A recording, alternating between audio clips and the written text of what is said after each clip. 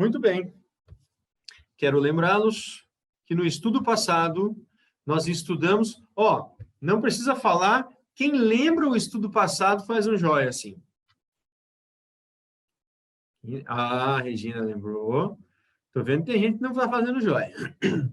Nós estudamos Daniel capítulo 3. Os amigos que foram jogados na fornalha. Lembram? Os amigos que preferiam perder a vida do que transgredir a lei de Deus. Uma fidelidade, assim, impressionante, que enche o nosso coração de vontade de ser igual a esses moços, de amar a Deus, amar a lei de Deus. Para ser assim, precisa ser íntimo de Deus, não é mesmo? Só quem é bem íntimo de Deus consegue ter um relacionamento, uma decisão desta forma. E para ser íntimo de Deus é importante conhecer a sua palavra. E Deus, ele é tão maravilhoso que ele nos revela muitas coisas.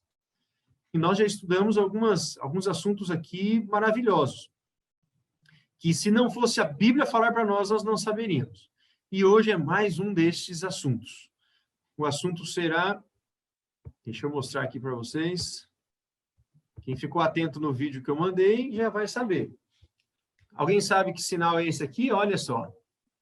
Tem ali um martelinho, tem uma balança. Estes são, normalmente, os símbolos da justiça. Hoje nós vamos falar sobre o juízo. O juízo. Você tem medo do juízo de Deus? O juízo é sempre um lugar que nos deixa muito apreensivos. Eu não sei se você já foi a algum julgamento alguma vez.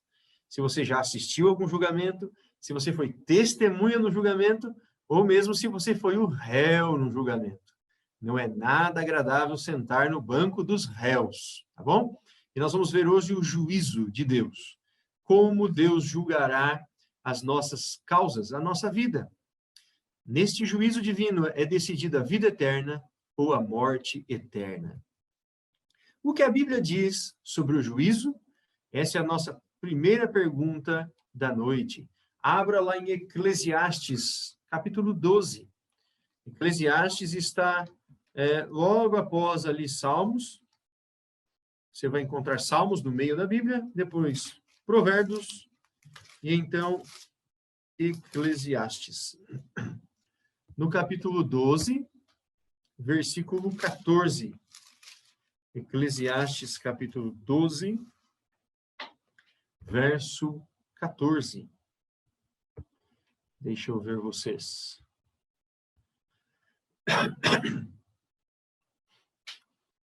Eclesiastes, capítulo 12, versículo 14. Inês, boa noite, Inês. Faz um tchauzinho aí para mim, Inês. Tá me vendo? Me ouvindo? Eu acho que a Inês não está me ouvindo.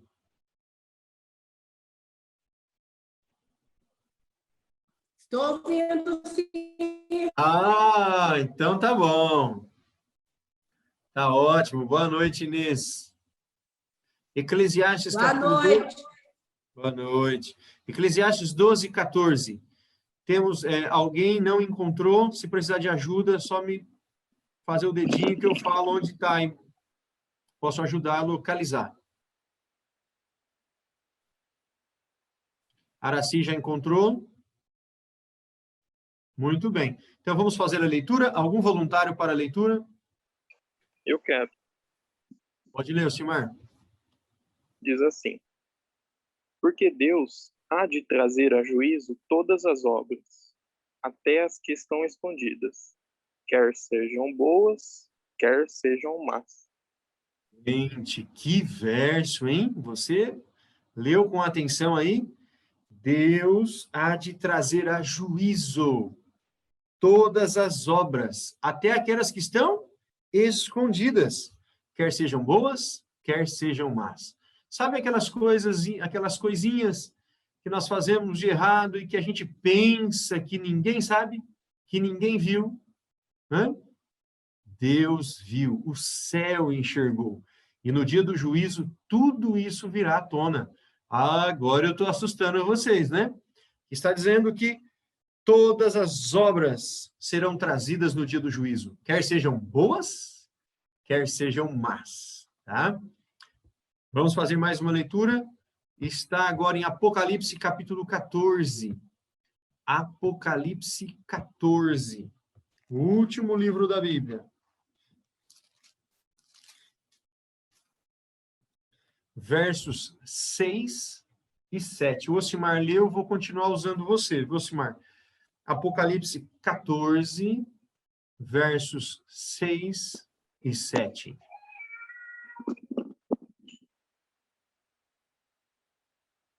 Posso começar? Vou dar uma olhadinha aqui. Acho que todos localizaram. Apocalipse 14, versículos 6 e 7. Pode ler, Ocimar.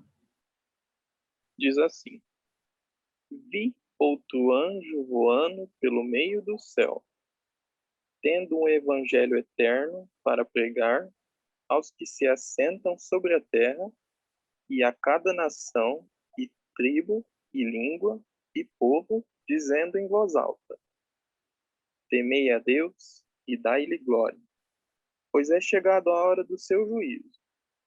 E adorai aquele que fez o céu e a terra e o mar e as fontes das águas. Muito bem, muito obrigado, Silmar. Esse verso, ele está dentro de um contexto do que nós chamamos da tríplice mensagem angélica. 3 anjos são vistos. Cada um desses anjos tem uma mensagem. Nós não vamos estudar os 3 hoje, não. Só esse primeiro anjo voando pelo meio do céu.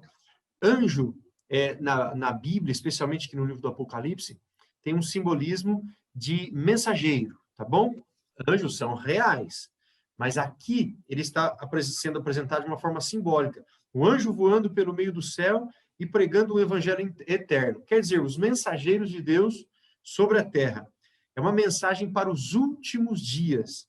E no verso 7, diz que essa mensagem é pregada em grande voz, e diz assim: Temei a Deus e dai-lhe glória, pois é chegada a hora do seu juízo. Olha só, é chegada a hora do juízo. Esta é uma mensagem para os últimos dias. Depois conclui: e adorai aquele que fez o céu, a terra, o mar e as fontes das águas. Então, o juízo, existem dezenas de versos bíblicos que falam do juízo divino, o juízo de Deus. Vimos 2. Deus trará a juízo todas as obras, e agora o juízo é uma mensagem que deve ser pregada nos últimos dias. Vamos para a próxima. Neste julgamento, juízo é um julgamento. Quem é o juiz? Quem é o juiz? João, capítulo 5. Evangelho de João, no capítulo 5. Quem será que vai nos julgar? Quem é o juiz de julgamento, né? João, capítulo 5. João, capítulo 5. Evangelho de João. Mateus, Marcos, Lucas e então João. Capítulo 5. Quem irá nos julgar neste juízo, nesse dia de julgamento? Evangelho de João, capítulo 5. Você acha que nós seremos julgados por Jesus ou por Deus o Pai? Eu ouvi, a Regina está falando alguma coisinha, Regina Sagna. Fala, Regina, solta o som para a gente ouvir. Quem você acha que vai nos julgar? Deus o Pai? Ah, não é do estudo? Fica à vontade, fica tranquilo.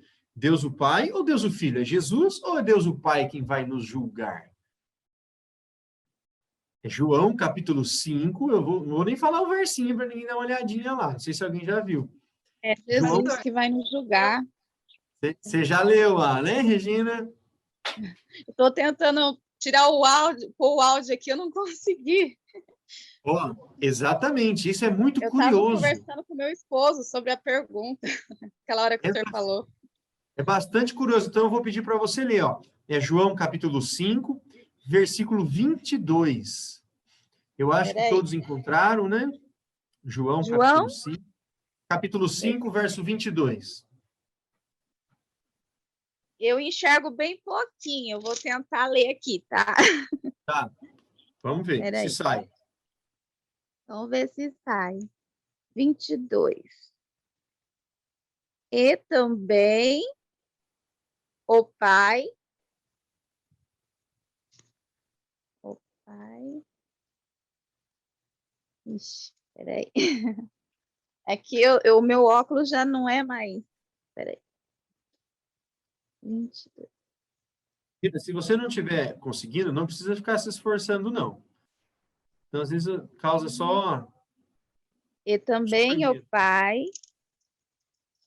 É que eu A tenho que ninguém... botar. E também o pai. Ai, você quer ler para mim? Regina, fica Eu não consigo. Eu tranquilo. abro a Bíblia, mas eu tenho fé que um dia eu vou conseguir ler. Fica tranquilo, não tem problema. Eu vou fazer a É leitura que desse. Era eu esse tenho verso mesmo. descolamento nos 2 olhos, aí eu fiz a cirurgia, mas mesmo assim ainda eu tenho dificuldade. Entendi, Regina, não tem problema. Ó, mas é esse verso mesmo, eu vou fazer a leitura, ó. E o pai a ninguém julga, mas ao filho confiou todo o julgamento. Olha que interessante. Jesus é quem irá nos julgar. Dá uma olhadinha para o mesmo capítulo 5, mas para o verso 27. E lhe deu autoridade para julgar, porque é o Filho do Homem. Quem irá nos julgar é Jesus, e o verso 27, que Jesus tem autoridade para nos julgar, porque ele também é um filho de homem, ele é um filho do homem. Imagine só, se um anjo fosse nos julgar, um anjo, o anjo não sabe o que é ser um ser humano, não é verdade? Por sua vez, Jesus sabe o que é ser humano, porque ele esteve na terra, ele sabe o que é sentir fome, sentir frio, sentir dor, sentir tristeza, ele chorou, ele sabe o que é enfrentar a morte, ele sabe o que é ser tentado. Jesus passou por tudo isso. Por isso, ele está apto para nos julgar. Que legal, não é? Então, Jesus, ele é um juiz justo por suas próprias características de justiça e também por ter vivido na própria pele a nossa existência aqui na Terra também.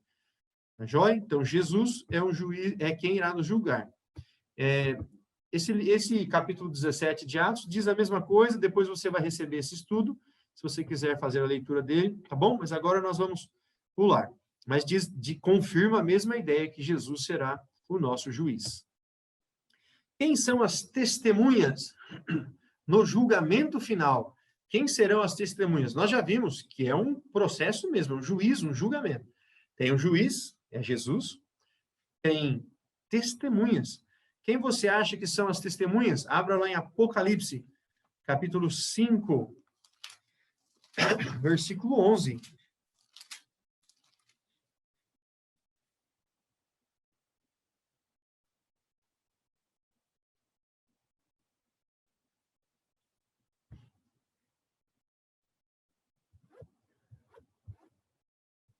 Apocalipse, capítulo 5, versículo 11.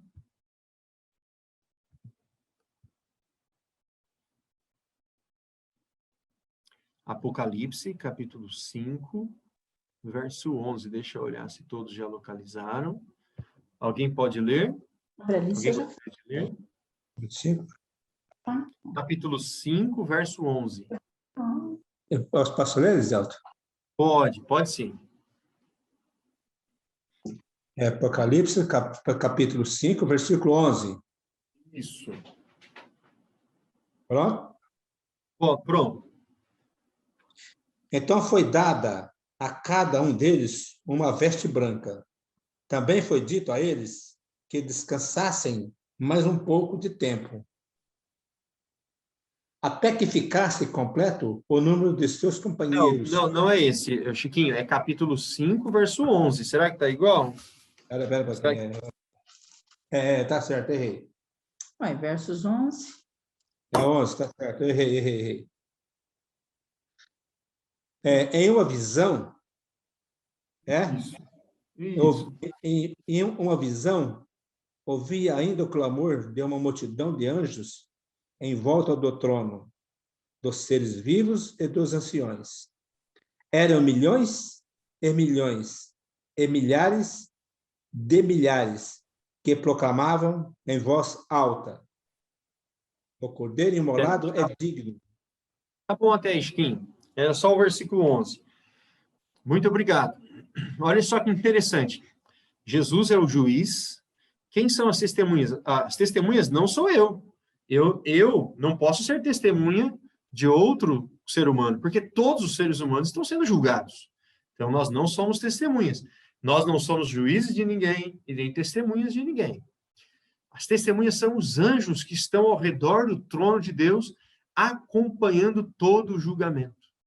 Elas são testemunhas do que nós fazemos aqui na terra, eles, anjos, são testemunhas do que nós fazemos aqui na terra e testemunhas na hora do julgamento, tá? Observando todos os atos de Deus ao nos julgar, certo? Então, já vimos quem é o juiz, quem são as testemunhas. Agora, como se dará o julgamento? Olha, esse verso é bastante interessante, Apocalipse mesmo. Eu vou pedir para o próprio Chiquinho que leu para nós, capítulo 20, verso 12, Chiquinho. Lê para nós, por favor. O mesmo livro do Apocalipse, mas agora o capítulo 20, no versículo 12.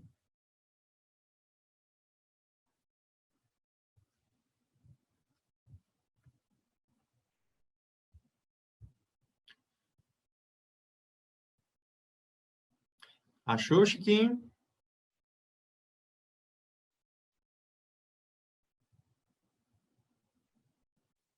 Pode ler? Pode. Capítulo 20, verso 12. Vi, então, os mortos, grandes e pequenos, em pé diante do trono, e foram abertos livros. Foi também aberto outro livro, o livro da vida. Então os mortos foram julgados de acordo com a sua conduta, conforme o que estava escrito no livro. Muito bem, Chiquinho. É isso daí. Esse verso aqui, eu quero que você entenda o que estava acontecendo. É uma cena de juízo, de julgamento. Aqui fala que ele viu os mortos já haviam ressuscitado, tá bom? E eles estavam em pé diante do trono, diante do trono onde está acontecendo o julgamento. E foram abertos o quê? Os livros, diz o texto. Então se abriram os livros. E ainda outro livro, chamado de o livro da vida. E as pessoas foram julgadas conforme estava escrito nos livros. Então, existem livros de registro no céu. Registro de tudo o que nós fazemos, de bom e de ruim. Então, nós vimos que existem livros de registros e também um livro chamado de livro da vida. Bom, você sabe que todo processo, existem os autos do processo. Né? Os autos do processo é onde estão as provas, né? Com base nas quais o juiz irá fazer o julgamento. Então, vimos que aqui os autos são esses livros, onde tudo é registrado. Tudo. Vamos seguir, quer ver? Acabamos de ler aqui sobre o livro da vida. Vamos dar uma olhadinha. Qual é a função do livro da vida? Livro da vida. Você já tinha ouvido falar que existe no céu um livro da vida? Eu acho que em um dos nossos estudos nós falamos do livro da vida. Eu já ouvi. E o próprio o Ocimar perguntou sobre o livro da vida naquele estudo, né? Lembra, Ocimar? O livro da vida é duro e cru, viu? É. Não deixa Vamos passar lá, bem. nada.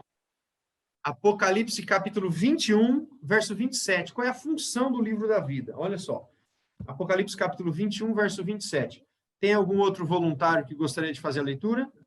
21. Verso 27. Capítulo 21, verso 27. Apocalipse, capítulo 21, versículo 27.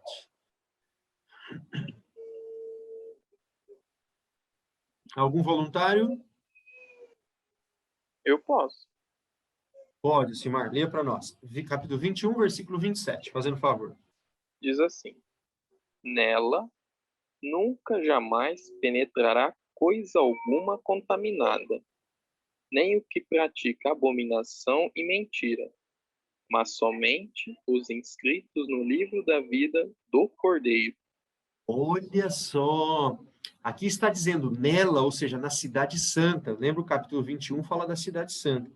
Nela não entrará nada contaminado, nem quem pratica abominação ou mentira, e termina assim, mas somente os que estão inscritos no livro da vida do Cordeiro.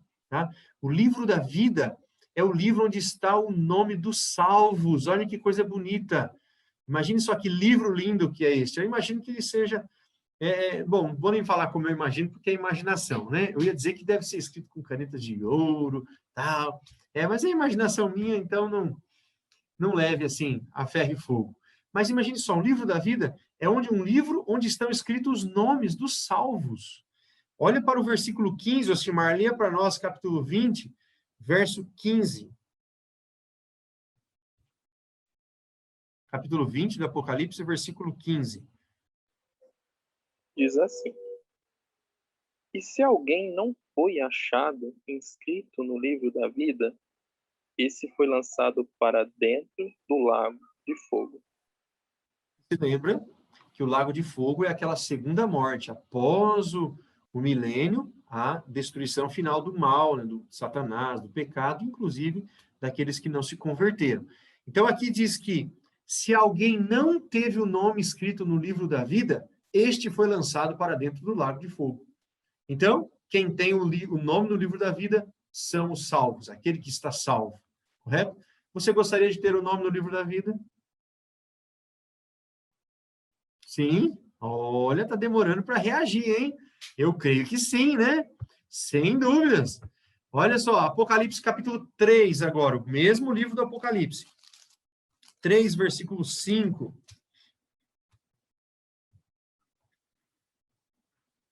Apocalipse capítulo 3, versículo 5. Osimar, lê para nós novamente, fazendo favor. Diz assim: O vencedor será assim vestido de vestiduras brancas, e de modo nenhum apagarei o seu nome do livro da vida. Pelo contrário, confessarei o seu nome diante de meu Pai e diante dos seus anjos. Olha, que legal. Aqui diz que o vencedor será vestido de vestiduras brancas e de modo nenhum, Deus está dizendo, eu riscarei o seu nome no livro da vida. Olha, aqui aqueles que têm o nome no livro da vida, os salvos, eles recebem vários títulos, são chamados de diversas maneiras. E aqui são chamados de os vencedores, tá bom? Aquele que vencer, aquele que perseverar, aquele que não desistir, certo? Esse terá o nome escrito no livro da vida e não será apagado o seu nome do livro da vida. Mais um versinho, Lucas, capítulo 10. Agora lá nos evangelhos, o evangelho de Lucas, no capítulo 10. Jesus falou uma coisa importante aqui para nós, sobre esse tema.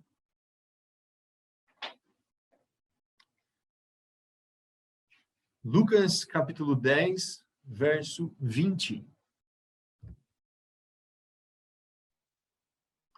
Posso ler? Lucas, capítulo 10, versículo 20. Quem foi que me chamou? É Inês. Oi, Inês. Pode, mas é claro. Deixa eu só ver se os demais aqui já localizaram. Lucas, capítulo 10, versículo 20.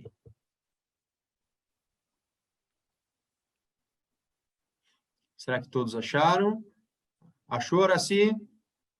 Sim. Então, vamos lá. Lucas, capítulo 10, verso 20. Pode ler, Inês.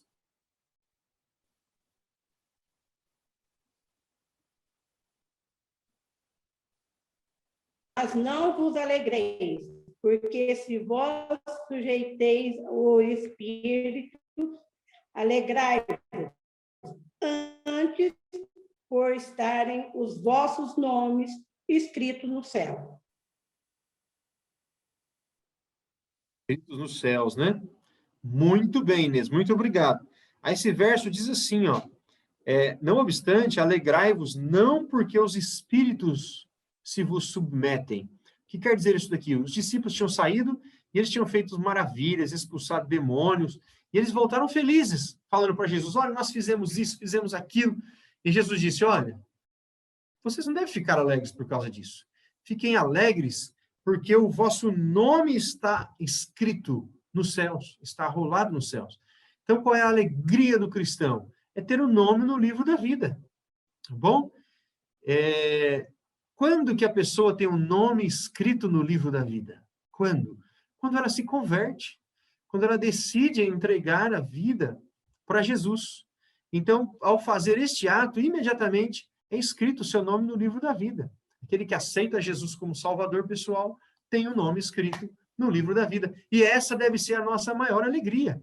Então, fique feliz por você ter o nome no livro da vida.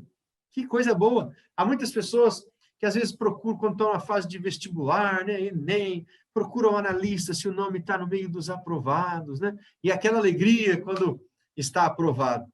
Jesus está dizendo, fique alegre, porque o seu nome, não importa se ele não está na USP, se ele está naquele concurso público, na lista, mas sim porque está na lista do céu, está escrito no livro da vida. Essa deve ser a nossa grande alegria, tá bom? Na terra tudo é passageiro. Uma hora acaba tudo, tudo passa, mas para aquele que tem o nome escrito no livro da vida, aqui é só uma passagem. Tem muito mais que virá pela frente, né? Então, vamos lá. Vamos para a sequência do estudo. Já vimos o juiz, as testemunhas, os livros, né, que são registros. Vimos o livro da vida. Vamos ver alguma coisinha mais. O nome. A pessoa que tem um nome escrito no livro da vida, será que um dia seu nome pode ser riscado? O nome pode ser riscado ou apagado do livro da vida? Está lá em Êxodo, capítulo 32. Êxodo é o segundo livro da Bíblia. Êxodo, capítulo 32, versículo 33. Bom, eu estou muito feliz, meu nome está no livro da vida, mas será que ele pode ser riscado? Êxodo 32, versículo 33. Você está com alguma dificuldade de achar? Êxodo é o segundo livro da Bíblia, tá bom? Capítulo 32, no versículo 33. Tem algum outro voluntário para leitura? Cadê a Regina Nagamini? Estou achando a Regina quietinha hoje. Ô, Regina, lê um versinho para nós. Pode ler esse, de Êxodo 32? Nossa. Então, deixa eu ver se... 32, verso 33. Deixa eu dar uma olhadinha se todos o encontraram. Eu creio que sim. Então, 32, verso 33. Pode ler? Pode. Então disse o Senhor a Moisés: aquele que tiver pecado contra mim, a este riscarei do meu livro. Olha só que verso. Qual foi o contexto aqui, né? Moisés estava intercedendo pelo povo. Senhor, se esse povo for destruído, eu prefiro que tenha o meu nome riscado do livro da vida. Deus diz, não, eu não vou riscar seu nome, não. Eu vou riscar o nome daquele que pecar contra mim. Gente, aquele que peca e não tem o seu pecado perdoado, não se arrepende verdadeiramente, este é o que terá o nome riscado do livro da vida. Tá bom? Então, é muito sério esse assunto de pecado. Às vezes a gente brinca com os erros, com os pecados, com a transgressão da lei de Deus, mas, como nós vamos ver aqui pertinho a parte final do nosso estudo, Deus perdoa. Mas aqueles que não se arrependerem, esses terão, mesmo se um dia o nome for escrito no livro da vida, ele poderá ser riscado ou apagado. Tá bom? É bem sério. Vamos lá. Além do livro da vida, quais outros livros existem? Lembra lá no Apocalipse, na hora do julgamento, apareceram vários livros, além do livro da vida? Tem esse livro aqui, ó, que é chamado de livro memorial. Está no livro de Malaquias. No livro de Malaquias é que faz referência ao livro memorial. Malaquias está antes de Mateus. Se você tiver dificuldade de achar Malaquias, vai lá em Mateus, abra no capítulo 3.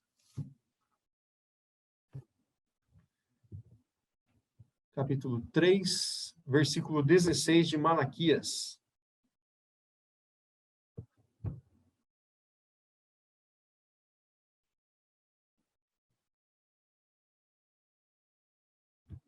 Malaquias, capítulo 3, verso 16. Se você chegar no livro de Mateus, Evangelho de Mateus, volta algumas páginas que já é o livro anterior a Mateus. Malaquias 3, versículo 16. O Simar falou alguma coisa?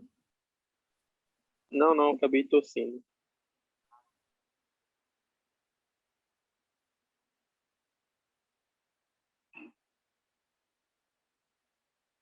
Todos acharam?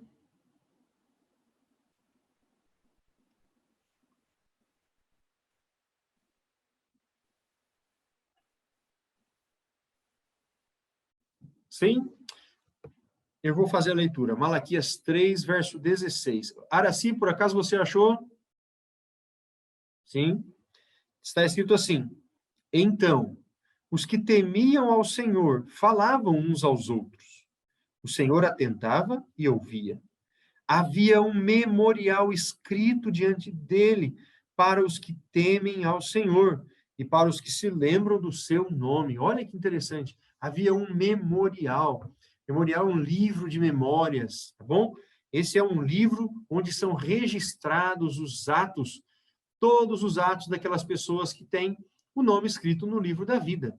Então, no livro da vida é só o nome. E o memorial é onde estão os nossos atos. Observe que aqui é um livro para os que temem ao Senhor, tá bom?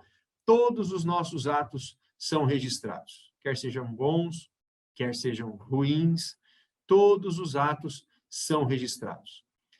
Gente, se os nossos olhos fossem abertos para a vida espiritual, nós veríamos anjos ao nosso redor. Anjos tendo acesso ao trono, teríamos a oportunidade de ver que todos os nossos dias são registrados. Todos os nossos dias são registrados, tá bom? Vamos lá, vamos seguir. Esse livro aqui, olha o nome dele. O livro da morte. Esse aqui eu chamei ele de o livro da morte, tá bom?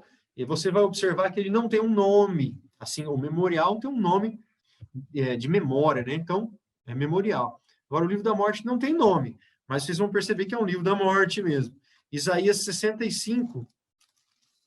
Isaías, capítulo 65.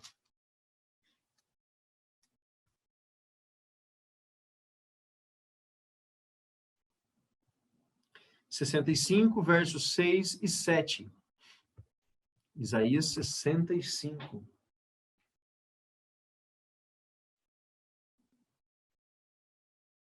Isaías está lá mais ou menos aí no livro, no meio da Bíblia, né? Se você abrir certinho no meio, vai cair em Salmos. Aí vai um pouquinho para a direita, que vai chegar. Isaías, capítulo 65, versos 6 e 7. Alguém gostaria de ler? Eliselto, fala o capítulo de novo.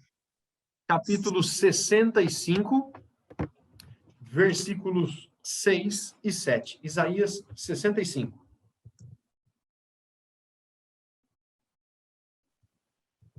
Eu vou ler. Alguém falou Posso alguma ler? coisa? Pode, Araci, quem Inês. falou? A Inês? A Inês. Pode ler, Inês. Pode, ó. Capítulo Mas- 65, versículos 6 e 7. Amém.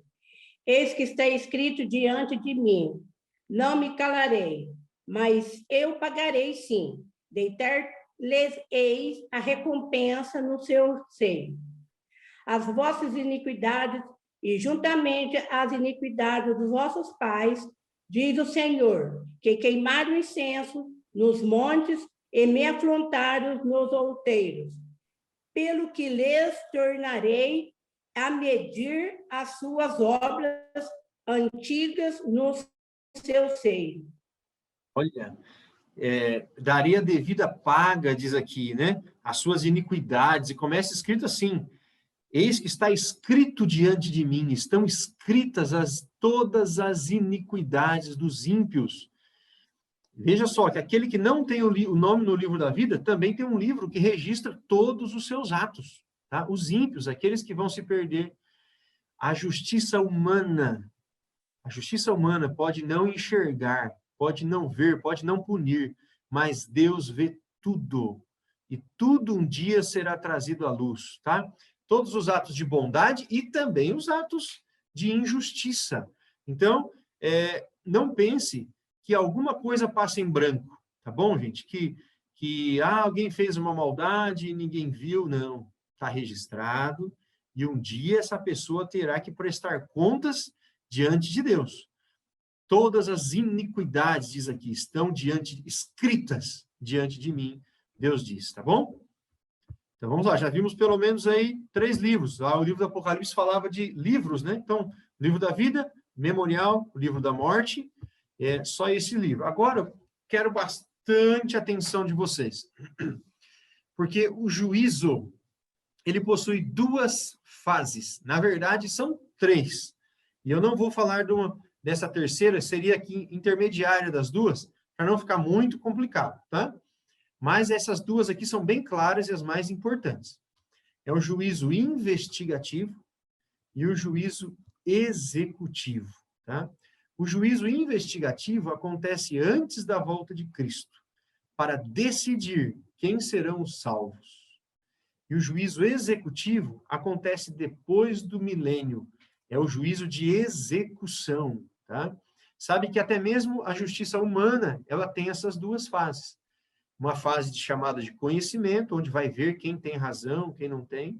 Depois a fase de execução, que é aquela fase onde quem perdeu vai ter que pagar. Perdeu, deve R$1.000 para o fulano. Aí tem que pagar os R$1.000. É o juízo de execução. Primeira fase, para saber quem tem direito. Segunda fase, para executar, né? Então, na primeira fase do juízo de Deus, decide-se quem está salvo e quem está perdido.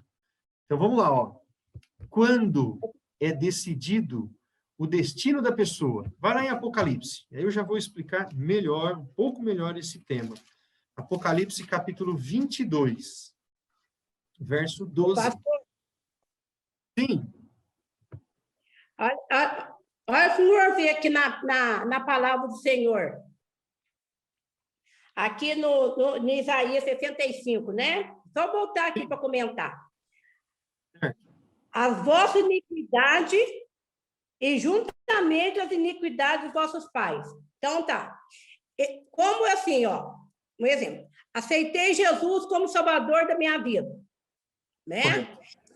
Aí, a palavra do Senhor diz, eu e minha casa serviremos ao Senhor, tá?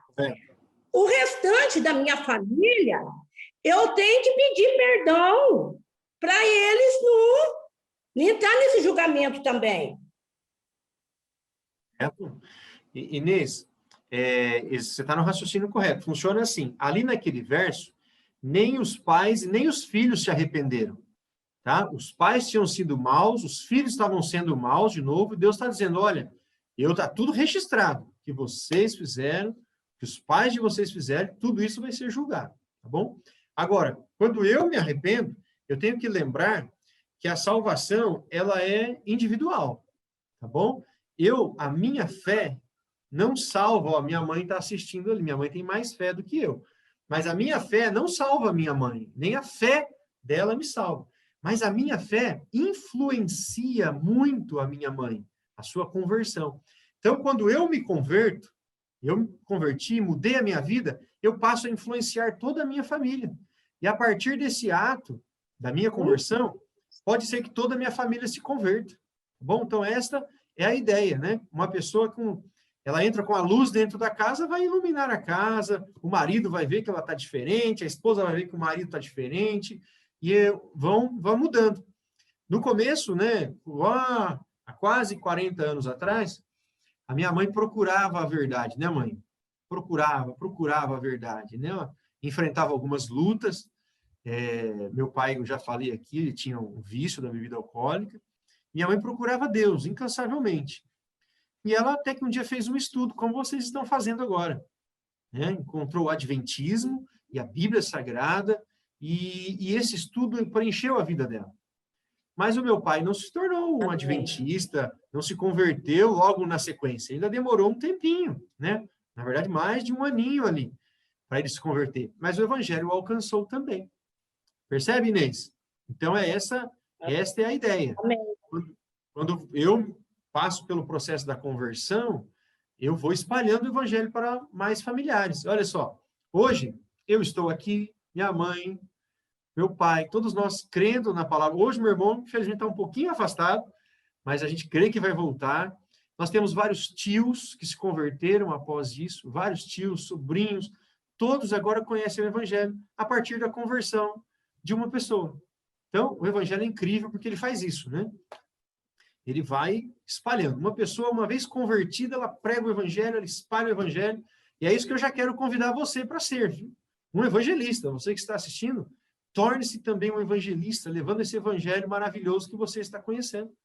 Você está conhecendo verdades que você não conhecia.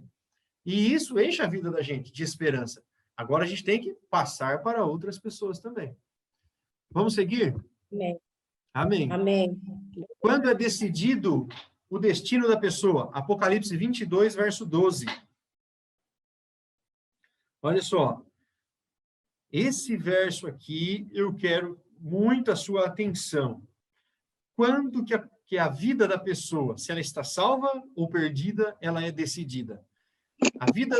A salvação da pessoa é decidida antes ou depois da volta de Cristo. Tá? Apocalipse 22, 12, está escrito assim, eu vou ler. Eis que venho sem demora, e comigo está o galardão, que tenho para retribuir a cada um segundo as suas obras. Aqui é Jesus falando, ele falando que voltará. E ele traz consigo o galardão. Galardão quer dizer recompensa, o prêmio. Eu trago a recompensa que tenho para distribuir, para retribuir a cada um segundo as suas obras. Então, quando Jesus voltar, cada caso já tem que estar decidido. Logo, a primeira fase do juízo acontece antes de Jesus voltar. Olha o que diz de novo, vou ler o texto. Está aí no seu celular. Eis que venho sem demora, Jesus diz. E comigo está o galardão, que tenho para retribuir a cada um segundo as suas obras. Então, a recompensa, Jesus volta para nos buscar, nos salvar. Esta é a recompensa, a salvação. Então, antes de Jesus voltar, o nosso caso já tem que estar decidido. Deixa eu voltar aqui para vocês, eu quero ver vocês se estão acompanhando a minha ideia. Então, gente, Regina, quando Jesus voltar, o meu caso já tem que estar decidido. Tá bom? Eu já fui julgado. Logo, o julgamento acontece quando? Antes da volta de Jesus. A primeira fase do julgamento, que decide quem está salvo e quem está perdido. Não teria lógica Jesus voltar e me levar, me transformar, como diz a Bíblia, né? Aí estou lá no céu, não, agora eu vou julgado no céu, não, agora, opa, você está aqui de prometido, tem que voltar. Não. O julgamento, a primeira fase do julgamento acontece antes de Jesus voltar, certo? Para decidir quem está salvo e quem está perdido. Quem sabe se hoje é o meu dia, o dia do meu julgamento no céu? Né? O fato é que, antes de Jesus voltar, uma observação importante, para aqueles que morrem, o caso deles já está decidido. Não sei se vocês lembram, nós lemos no estudo da morte, lá o texto de Hebreus, que fala que aquele que morre uma vez só, e depois disso, né, a volta de Cristo, tá? É chamado de o juízo, mas o juízo, esse que Jesus vem buscar. Mas o caso da pessoa já está decidido. Então, quando eu morro, a minha vida está decidida. Se eu aceitei Jesus, salvo. Se eu não aceitei, perdido. Mas já está decidido. E Jesus é quem vai voltar somente para nos buscar. Esse é o chamado de juízo investigativo, ou juízo de investigação, porque ele acontece antes da volta de Jesus. Tá? Agora, existe o juízo executivo, é o juízo onde haverá a destruição daqueles que não aceitaram Jesus como Salvador. Apocalipse 20, versos 13 até o 15. Aí o mesmo Apocalipse, onde nós estamos, no capítulo 20, versos 13 até o 15. Olha só que interessante. Eu vou fazer a leitura. Deu o mar os mortos que nele estavam. A morte e o além entregaram os mortos que neles havia, e foram julgados, um por um, segundo as suas obras. Então a morte e o inferno foram lançados para dentro do lago de fogo. Esta é a segunda morte, o lago de fogo. E se alguém não foi achado inscrito no livro da vida, esse foi lançado para dentro do lago de fogo. Esse juízo aqui é o juízo que acontece após o milênio, tá? Está no capítulo 20. E quando, então, é só um juízo de execução. Aqui não vai mais decidir quem está salvo e quem está perdido. É só uma execução final e destruição do pecado, pecadores, para nunca mais existirem. Certo? Essas são as duas fases do juízo divino. Então, recapitulando, juízo investigativo, que acontece antes da volta de Jesus para decidir quem é salvo, quem é perdido, e o juízo executivo, que é aquele final, onde então serão destruídos para sempre pecado e pecadores, inclusive Satanás. Pergunto para você, você tem medo do julgamento final? Você tem medo? Deixa eu olhar aqui para vocês. Você tem medo de ser julgado? A Regina está fazendo assim, né? Gente, eu falei até agora do juiz, dos livros, das testemunhas, das duas fases do juízo, e não falei do advogado? Vocês não estão achando estranho isso? Se você tem medo do juízo, é porque você não sabe quem é o advogado. Quando você ficar sabendo quem é o advogado, você vai perder o medo. Porque esse advogado não perde nenhuma causa daqueles que o contratam. Certo? Exatamente, o advogado é Deus. Ó, quer ver? Você vai ficar... Quem você acha que é o advogado, Araci? Deus. Deus Pai ou Filho? Jesus. Deus Filho, né? Que ninguém vai ao Pai senão ao Filho, né? Eu vou apresentar agora uma curiosidade, porque você deve estar pensando assim, puxa vida, mas Jesus é quem vai nos julgar. Ele próprio falou que o Pai Porque ninguém Deus julga. passou as ordens para ele, né? Exatamente. Deus passou a tarefa para ele. Exatamente, Araci. Olha só. Quem é o advogado nesse tribunal? 1 João, capítulo 2, verso 1. Você está em Apocalipse. Volta para a esquerda um pouquinho. Vai chegar Judas e depois João. Aí tem João, 1ª, 2ª e 3ª João. É 1 João, observe isso. 1 João, capítulo 2, verso 1.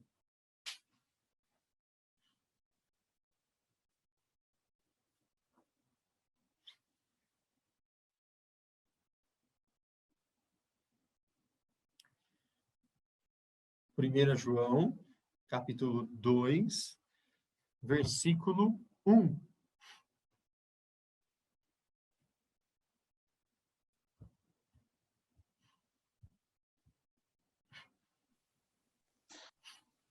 É exatamente isso. 1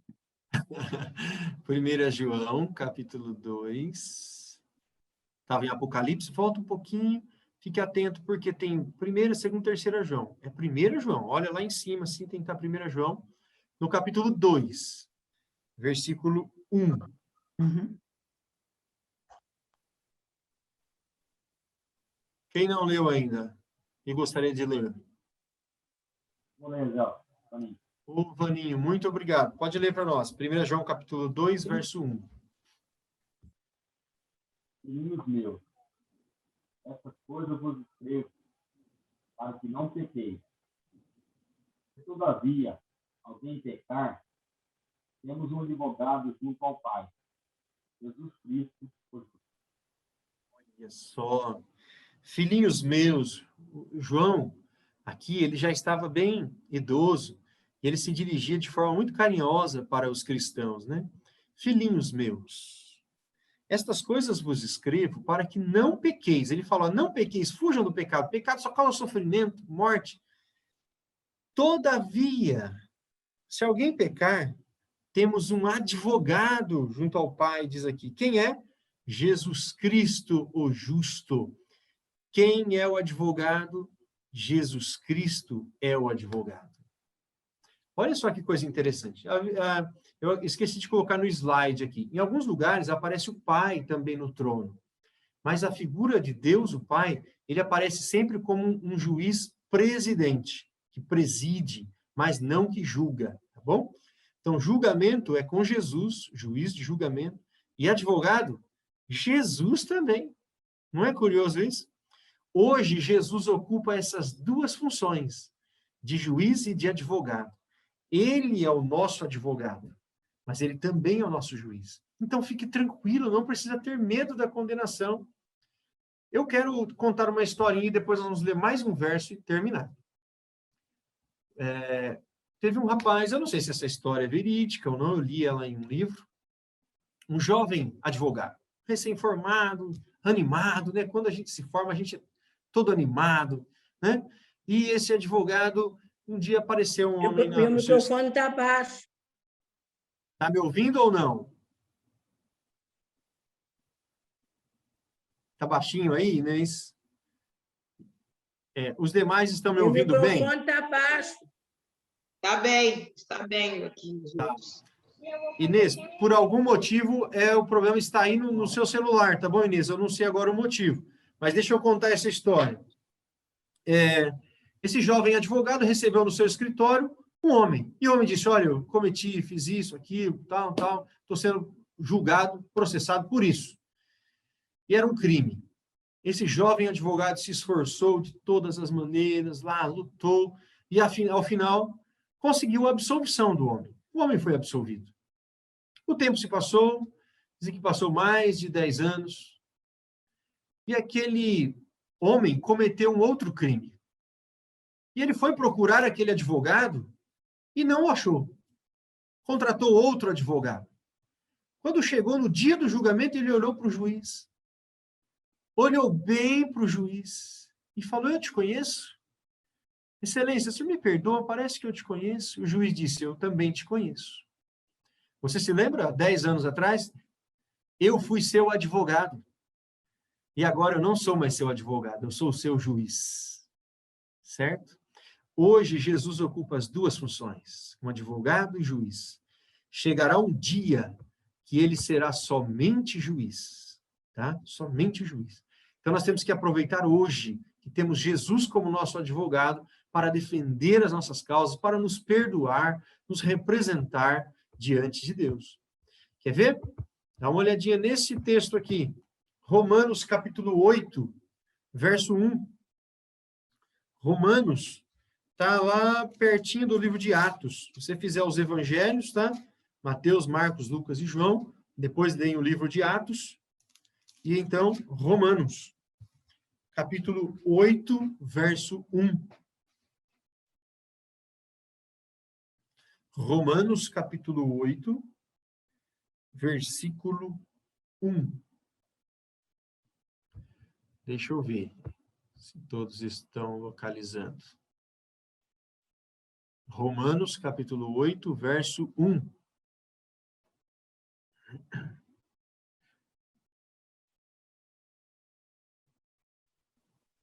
Romanos quanto? Romanos, capítulo 8, versículo 1.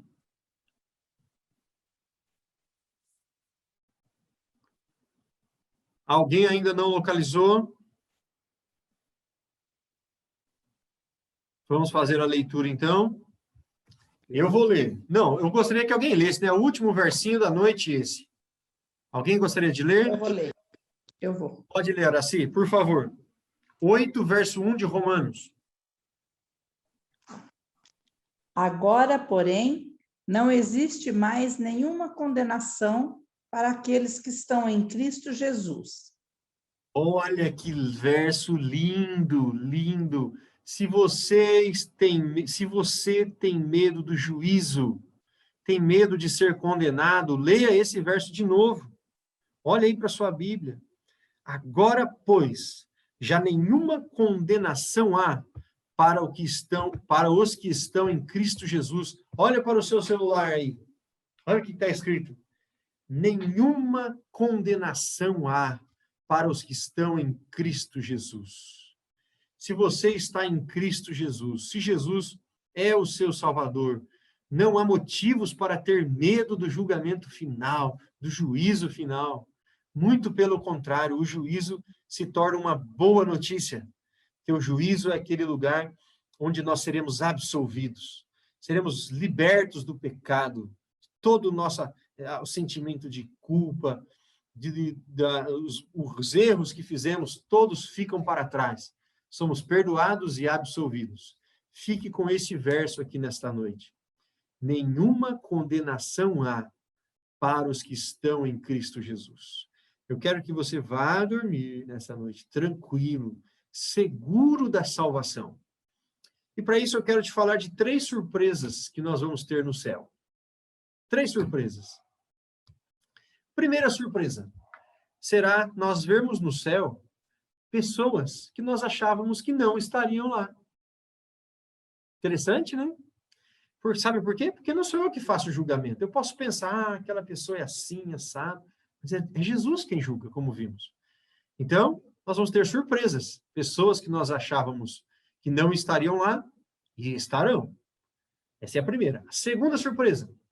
Pessoas que nós achávamos que estariam lá, e que não estarão.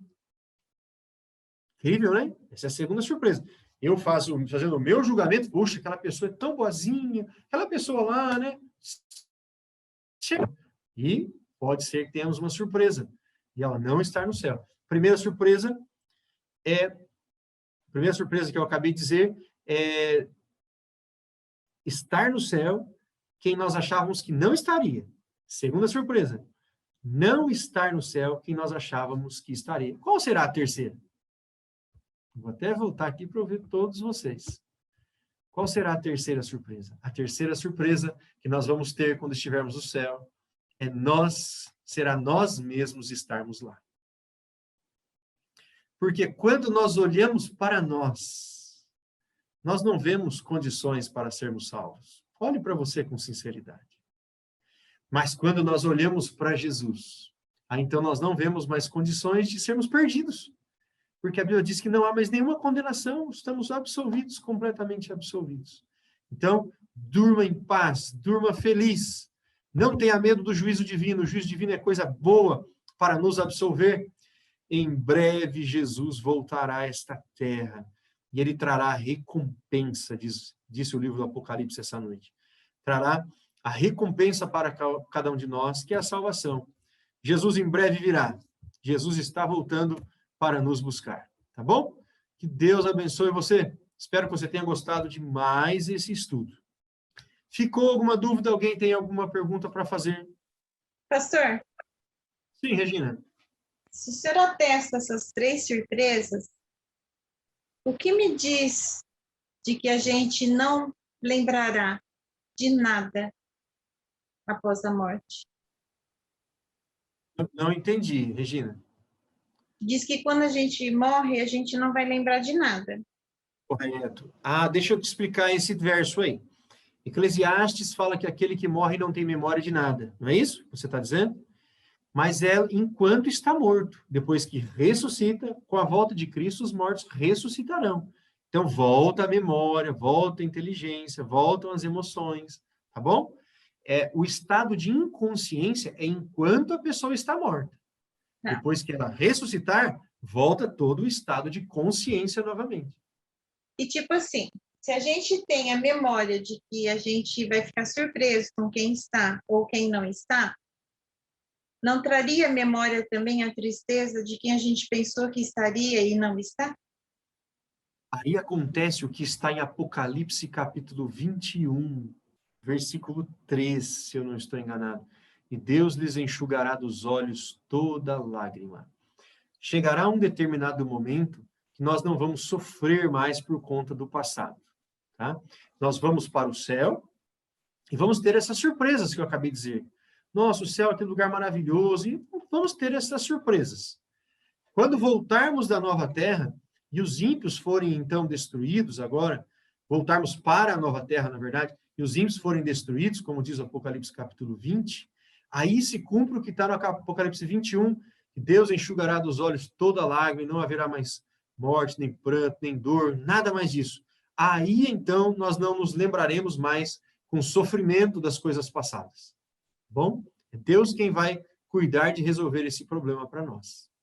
Hoje está fazendo 2 anos que a minha mãe foi morar no céu, né? Está lá guardadinha. Está aguardando a volta de Cristo.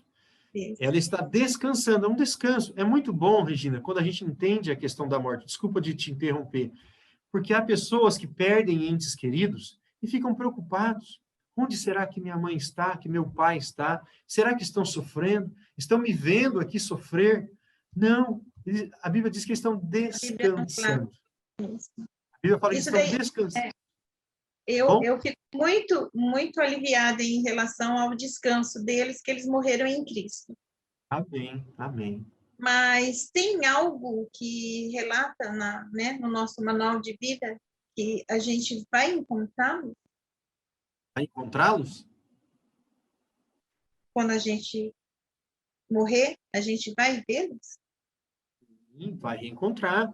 Apocalipse capítulo 24 fala que os anjos do Senhor reunirão todos os seus escolhidos, né? Apocalipse 25, Mateus 24, perdão. Mateus 25 também fala desse jeito. Daria um bom estudo isso também, né? 1 Tessalonicenses, capítulo 3, 16, ou 4, 16, agora me fugiu fala que nós iremos, não precederemos os que dormem, eles ressuscitarão, vamos nos unir a eles, então vamos para o céu juntos, tá bom? Então as famílias serão reunidas, sim. A mamãezinha você vai encontrar. Oi, minha mãe. Aquela passagem lá que o apóstolo Paulo fala, eu conhecerei e serei reconhecido. Eu não lembro capítulo e versículo. Você deve estar falando de 1 Coríntios, capítulo 13. Isso se refere para o encontro com Jesus. Eu conhecerei como sou conhecido. Agora vemos como por um espelho, né? Ele diz, vai chegar ao dia, eu conhecerei como eu sou conhecido. Vamos conhecê-lo face a face. Tá bom? Eliseu. É bom. Isso é bom. Oi, Ricardo. Eu acho que você vai chegar lá ainda, né? A gente vai fazer um estudo sobre isso, mas tem um texto muito bonito sobre isso que a Regina falou, que eu lembro que eu li da Ellen White, né? Que fala sobre o reencontro de mães e filhos, né? Principalmente que anjos vão trazer os filhos dos braços das mães, né? Uma visão espetacular, né? Creio assim. Eu acho que a gente vai chegar nisso ainda, mas é uma coisa muito reconfortante, né? Verdade, Ricardo. Muito bem lembrado. Vocês perceberam que o Ricardo está de volta, né? Era o Leonardo, agora o Ricardo. Vamos dar assim, uma tchauzinha, assim, ó, volte. Que bom que você voltou, Ricardo. Né? Ô, Regina. Valeu, obrigado. Ô, Regina. Oi. Eu também espero encontrar minha mãe, meus irmãos, tudo lá. Eu acho que é uma das dores maiores que a gente tem, né? A gente nunca esquece. Não. É uma dor muito grande, né? E sem... Quando meu pai faleceu há 3 anos, que mês que vem faz 3 anos do meu pai, eu achei que eu iria morrer. Eu fui visitá-lo e quando eu cheguei lá, eu fui a primeira a ter a notícia. Ele tinha acabado de morrer. E o processo do pai foi muito doloroso, porque eu não sei quem aqui na família já teve, né, um ente que teve Alzheimer. Mas a primeira vez que meu pai olhou para mim e falou assim, quem é você? Eu achei que eu não ia suportar. Quando eu dei o primeiro banho no meu pai, também achei que não ia suportar. Mas quando eu enterrei a minha mãe, eu vi que eu tinha morrido metade. Faz quantos anos, Regina? A minha mãe faz 2 anos hoje. A minha mãe fez 21 anos que ela faleceu. Ainda tem dia que eu choro por causa dela. 21 anos. Eu vou ler uma passagem para vocês. Não precisa procurar, eu nem vou falar agora, senão vocês vão procurar. Eu vou ler, vocês escutem, tá? Assim que eu acabar de ler, eu falo, aí se quem quiser marcar, pode marcar. Diz assim, porquanto o Senhor mesmo, dada a sua palavra de ordem, ouvida a voz do arcanjo, e ressoada a trombeta de Deus, descerá dos céus, e os mortos em Cristo ressuscitarão primeiro. Depois nós, os vivos, os que ficarmos, seremos arrebatados juntamente com eles, entre nuvens, para o encontro do Senhor nos ares. E assim estaremos para sempre com o Senhor.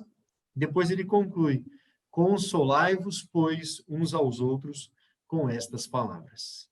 Está em 1 Tessalonicenses, capítulo 4, versos 16 e 18.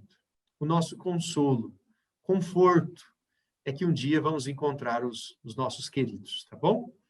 Deus abençoe todos vocês. Nós vamos terminar com uma oração nesse momento, pedindo a Deus que nos encha de esperança. A esperança é o que nos move, tá bom? A esperança de ver Jesus voltando nas nuvens. Vamos orar? Vamos orar. Senhor Deus, nosso Pai amado, estudamos nesta noite, bom Deus, todos os casos, cada ser humano desta terra será julgado diante do tribunal divino. Mas nós vimos também, bom Pai, que o julgamento é bom para aqueles que aceitaram Jesus como Salvador, para aqueles que têm o nome escrito no livro da vida. E nós te louvamos, bom Deus, nós te louvamos e oramos nesse momento para que o nosso nome, o nome de cada um que está aqui, seja escrito no livro da vida e não seja apagado jamais. Os nossos pecados, bom Pai, nós pedimos perdão. Por favor, nos perdoe as nossas falhas. Bom Deus, também encha o nosso coração com esperança, porque nós queremos encontrar, nós temos certeza, bom Deus, que vamos encontrar os nossos entes queridos. E então, nunca mais vamos nos separar deles.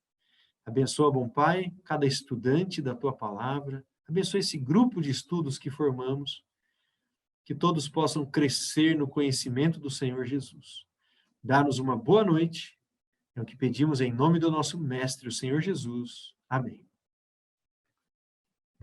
Boa noite para todos. Boa noite a todos, bom descanso. Boa noite. Ótimo descanso e até quinta-feira, hein? Boa noite. Até quinta. Boa noite a Tchau. todos. Na paz.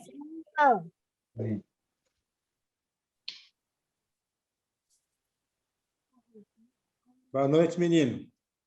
Boa noite, Chiquinho. Boa noite, Araci. Boa noite, Claudinei. Boa noite. Ô Eliselto, deixa Oi. eu aproveitar aqui e falar uma boa noite para o meu irmão. Boa noite, Livinho. Ah, é verdade. É verdade. Ó, Livinho, um grande abraço também, viu? Estou feliz de saber que você está assistindo e que o conhecimento da palavra de Deus está enchendo o seu coração, viu? Uma ótima Tenho noite. certeza que está enchendo, que está completando, ele está gostando. Ricardo, não corte essa parte na hora de você fazer, tá bom? A edição, para o Livinho poder ouvir a gente. Ah, ele está assistindo os vídeos E gravados? assiste depois as gravações. Ah, legal. Vou deixar. Gente, um grande abraço, boa noite para todos. Abraço, tchau. Boa noite.